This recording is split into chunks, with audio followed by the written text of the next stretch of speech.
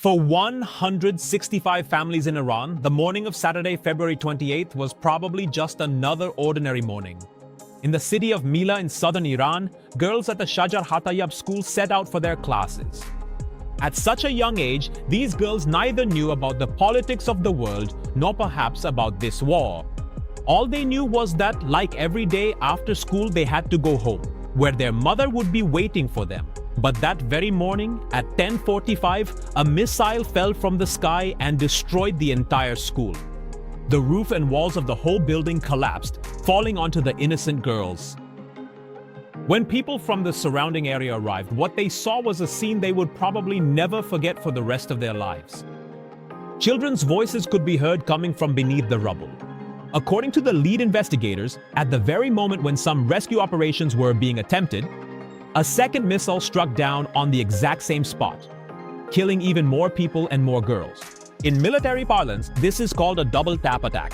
In this airstrike, more than 165 children lost their lives, and most of them were between 7 and 12 years old. More than 90 are still injured today, and perhaps they may never recover from this trauma. When Israel and the United States were asked about this attack, "What do you have to say about it?" they replied, "We didn't even know there was a school here. Don't ask us such questions." The world's most powerful military, which has the most powerful intelligence agencies. The agency that even knew about the enemy's most secret routines. The same military that eliminated 40 top Iranian leaders from 1,000 kilometers away claims it didn't know about a fully functioning school that's been running for 10 years. And they were so unaware that not just once but 22 times, Tomahawk missiles were fired precisely at that same location.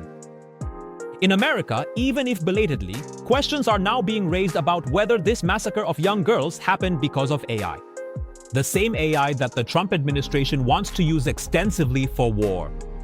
It is official and no secret to anyone that AI is being used in this war against Iran. Anthropic company's Claude AI has been integrated into Palantir's Maven system. And with the help of this AI, it is prioritizing more than 1,000 targets. Where to launch the missile, how to launch the missile, when to launch the missile. And that too with minimal human oversight. Analysts are gradually accepting that AI can make mistakes here. The AI may not have picked up the updated information which shows that a decade ago, not now, not 10 months ago, but a decade ago, this school was separated from the IRGC military army compound. And perhaps this is why the AI selected it as a high-value target. US senators are now demanding that the Department of Defense confirm whether AI was used in this specific strike or not. And also, if this happens again by mistake, what human verification protocols are you going to implement so that this mistake does not happen again? Now, after hearing all this, you must be thinking that this is science fiction. But in reality, Israel has been using AI in operations for quite some time, and this AI even has a name, Habsora and the Gospel, which selects targets and carries out one attack after another, without stopping, without getting tired. And now the question is, are Israel and America deploying that same system together in Iran? Was there really no human behind the deaths of those 165 girls? Just an algorithm that had been set up? Select the target, lock it, fire the missile. That's why in today's episode, we'll focus on this technology, which could be even more dangerous than nuclear bombs. What have we discovered so far about the reckless use of AI in modern warfare? And what information about this has come out in public? How is AI being used in Gaza? Because of this AI, how many innocent people have been killed there in the attempt to target Hamas commanders? What exactly happened at the girls' school in Iran? Why did the AI get confused in that situation? If that's the case, then why has the use of AI technology in warfare become the greatest threat to humanity? Before we get to Iran in today's episode, let's first take a moment to understand a bit of the chronology and talk about this Habsora AI system, which is already being used quite extensively throughout Gaza.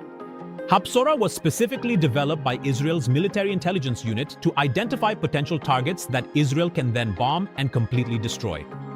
This is actually just one AI system that analyzes and interprets data from drones, cameras, satellites, electronic signals, mobile phones, traffic, and everything else.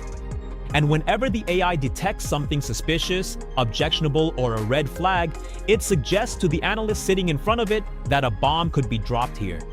Then it depends on the human, the analyst, whether they forward this information to the military for action or decide not to take any action. This technology has turned the Israeli Defense Forces into a mass assassination factory where death warrants are issued. I am not the one saying this. These are the words of a former Israeli intelligence officer, retired Lieutenant General Aviv Kochavi, who was the chief of the Israeli army. He himself has stated this up until 2023. Earlier, a team of 20 officers working together could identify 50 targets in Gaza in a year. Where bombs could be dropped, now Habsora can identify more than 100 targets in a single day. And after generating the targets, there's another AI called the Fire Factory. It helps in preparing for the attack by deciding which bombs should be dropped, which aircraft should be used, and in what order the bombs should be dropped. So the work that used to take hours is now done in minutes. Just as Hitler used to run his concentration camps very efficiently, in the same way, Israel is running this game of death with great finesse. Along with this, Israel has also used an AI called Lavender. Its job is to create a complete database about Palestinians. Imagine, every citizen's phone records, social media, location, history, who they're meeting, sitting with, talking to, calling, everything. Now, the Lavender AI analyzes all of that data and assigns a specific score. The higher a person's score, the greater the overall chance that they have direct connections with Hamas. Israel used this AI system in a very lethal way after the October 7th terrorist attack. On October 7th, 2023, Hamas carries out a terrorist attack on Israel in which 1,200 Israelis lose their lives and Hamas takes more than 200 people hostage. Following this, Israel formally vows to take its revenge. And what happened after that fundamentally and permanently altered Gaza. Before October 7th, the IDF followed extremely rigorous and specific protocols for targeting. That is, to approve an airstrike, a high-ranking senior officer personally had to confirm whether the chosen target was a major threat or not. At that time, strikes were used only to target senior Hamas commanders or locations where military weapons and equipment were being stored. And most importantly, civilians were always given a small warning first. They were told to leave the area. A small bomb would be dropped first, then the real bomb would be dropped. Civilians were given a small chance to escape. Earlier, most efforts were made to ensure that civilians were not killed, or if they were killed during an attack, the number would not exceed 5 to 10 people. An investigative report by the New York Times shows that after October 7th, Israel completely changed its rules regarding airstrikes. The first change was that mid-ranking officers were given free rein. Not only could they target senior Hamas commanders, but they could kill anyone associated with Hamas. The second change was that the civilian casualty limit was raised to 20 per strike. This means that even if killing one Hamas commander results in the deaths of 20 innocent people, Israel knows this, and even then it's considered okay. There's no need to ask anyone for permission.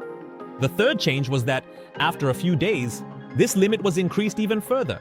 If 100 innocent people die for a senior high-value target, it's not a problem. No one will question it. And the practice of giving warnings before an attack was completely stopped. Bombs were dropped directly on buildings, giving no one a chance to escape. When the AI kept providing targets continuously, humans didn't stop either. An intelligence officer said that he would give only 20 seconds per target, and throughout the day, he would sanction dozens of such strikes in Gaza. We can't even make a decision in that much time. Which coffee to choose, which ice cream to order. And here, decisions about the lives of millions of people were being made in just 20 seconds each. And in the past 8 months, as much bombing has been carried out in Gaza with the help of AI as was done in just 7 weeks before. If civilian deaths have been so high in Gaza, then AI has played a major role in that as well. Let me explain how. In October 2023, at the Jabalia refugee camp in Gaza, the Lavender AI suspected that a senior Hamas commander was hiding there who was involved in the October 7th attack on Israel. The Israeli military decided that this person had to be eliminated from there, no matter what the cost, on the AI's recommendation. Israel dropped 2,000-pound bombs on this camp without thinking for even a second that civilians were also present there. They would also die. The result, 126 dead, out of which around 70 were just little children. More than 100 people were also injured in this attack, but nobody cared. AI said to attack, so attack we must. Just think, all this was done just to take down a single target, and this isn't the only incident where massive bombs have been dropped on civilian populations. A specialized conflict monitoring team based in London prepared a document. They conducted targeted research and analysis for a month and discovered the fact that in 136 strikes, each strike killed 15 innocent people. So more than 15,000 Palestinians have tragically lost their lives. Right from the first phase, AI was used in this military action, and just see how effective AI is. In Gaza, all 90 universities and more than 80% have been destroyed. By 2025, 95% of schools will not even be left. Almost all the hospitals in Gaza have been reduced to rubble. So if this is the wonder of AI, then it is a very poor performance. Or perhaps AI was instructed to do this. AI was trained to specifically target schools, hospitals, and universities. America's reputation was already in tatters during the Iran war, and it seems whatever little was left, AI will finish off. On February 28th, there was an attack in which 165 innocent lives were lost, including young girls. Now more questions are being raised about this, and people are beginning to realize that something systematic went wrong here. This isn't just one mistake, but whenever asked about it, President Trump either mumbles incoherently or says, no, Iran did this themselves. To the United States, Palmagros Elementary School or on in the First War killed 107 people. Hey uncle, the famous missile you're talking about is the Tomahawk missile. You haven't even given this missile to your closest allies, not even to your dear Israel. This missile has only been officially provided to America, the UK, Japan, Australia, and the Netherlands. And these countries are miles away from this war. Only you are capable of pulling off something like this. Before we understand how AI was used in this entire attack, let's first try to understand why America and Israel chose Minab. What exactly is so special about it, as even AI considered this in its reasoning? Because when you look at Minab's geography, you'll realize that unlike other cities, this is no ordinary city. Minab is located on the Strait of Hormuz. It's situated right where 20 to 25% of the world's oil and LNG pass through. And the whole world is now witnessing the consequences of its closure. With the closure of this strait, there is now one place in Minab for India: Sayyid al-Shuhada. This is a military complex considered to be the headquarters of the IRGC Navy unit. Currently, only the missile brigade is stationed here, and this brigade is very important for the IRGC Navy because its location is highly strategic. The Strait of Hormuz is very close by, making it much easier to carry out all anti-ship operations from here.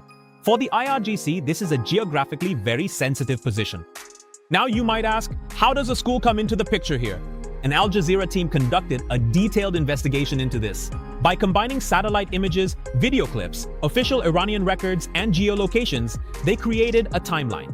And what comes to light is very, very important information, and the whole world needs to understand this because future wars will be fought in this way. The Sajar-e-Tayyab school had a link to the IRGC Navy. But the link was simply that some children of people who were going to join the Navy studied at the school. They studied at the school along with civilian children. But this facility was a civilian facility.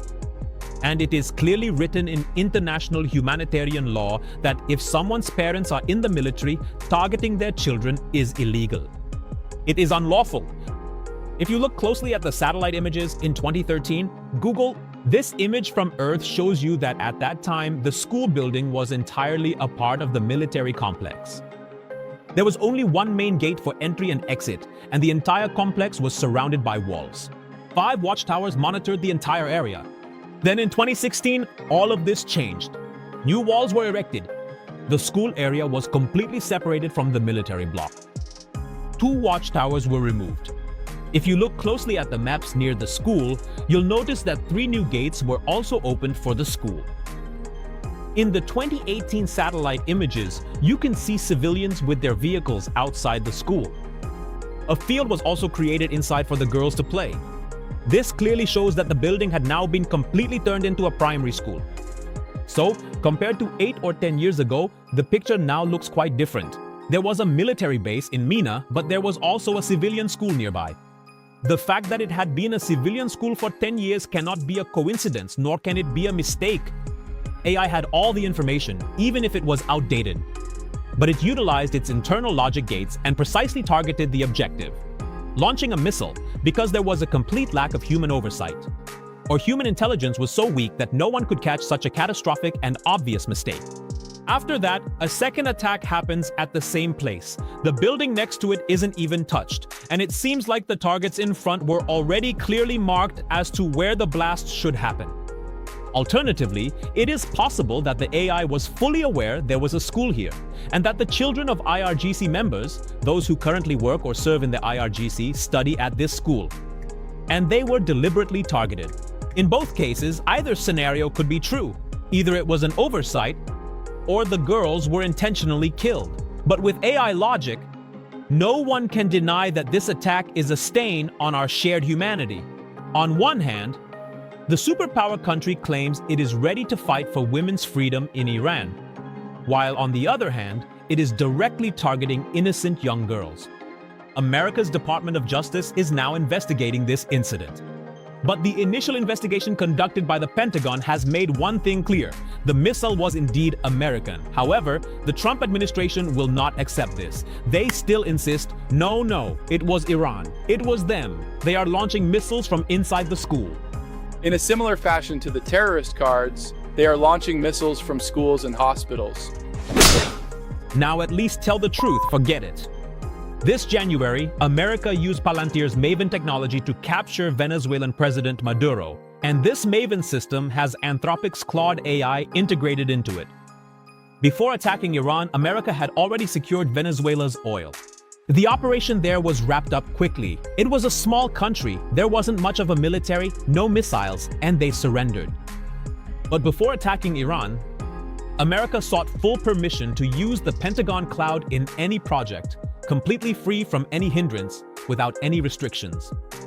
But the company that was about to get this contract and a significant amount of funding, Anthropic, presented a set of two conditions to the Trump administration, which made Trump extremely frustrated and angry. The first condition was that there would be no unrestricted use of AI in fully autonomous weapons. That is, in such weapon systems where no human would make the decision, but the cloud AI itself would decide whether to fire a bullet or launch a missile or not. The company refused to participate in such systems. Secondly, Anthropic drew another red line, stating that it would not participate in any form of mass surveillance. That is, cloud AI cannot be used by the Pentagon to monitor Americans on a large scale. When the Pentagon refused to accept these conditions, Anthropic lost a very big contract. Not only that, after this, Trump was so furious that Anthropic was banned from working with the Pentagon. It was placed in the supply chain risk category. To put it simply in Hindi, this contractor is now blacklisted. And no other contractor working with the Pentagon can use Anthropic's products. The company's CEO even confirmed in an interview that the company is not against using AI in fully autonomous weapons. They just wanted to emphasize that AI is not reliable enough to make all decisions on its own. To make decisions of life and death, to decide to launch missiles at people. Humans cannot be excluded from the loop. Another example of this has just come to light. Israel and America targeted a public park in Tehran just because the park was named Police Park. But the police had absolutely nothing to do with that park. Iranian researchers believe that Israel and the US were targeting all government buildings. So when the AI saw the word police in the name, it added the park to the target list as well. No human sitting there thought it necessary to cross-verify this. One wonders, what's actually in this park? Looking at all these events, one thing becomes clear. AI is currently being used to eliminate enemies, and at least one human is involved in this entire process. Yet so many mistakes are still happening. Innocent people are being killed. Just imagine, if AI is fully integrated into autonomous weapons, it could cause absolute devastation. And we are witnessing all of this happening right before our eyes, yet we pretend to be unaware. But remember, tomorrow this very AI system could target you and me as well. Many thanks for watching.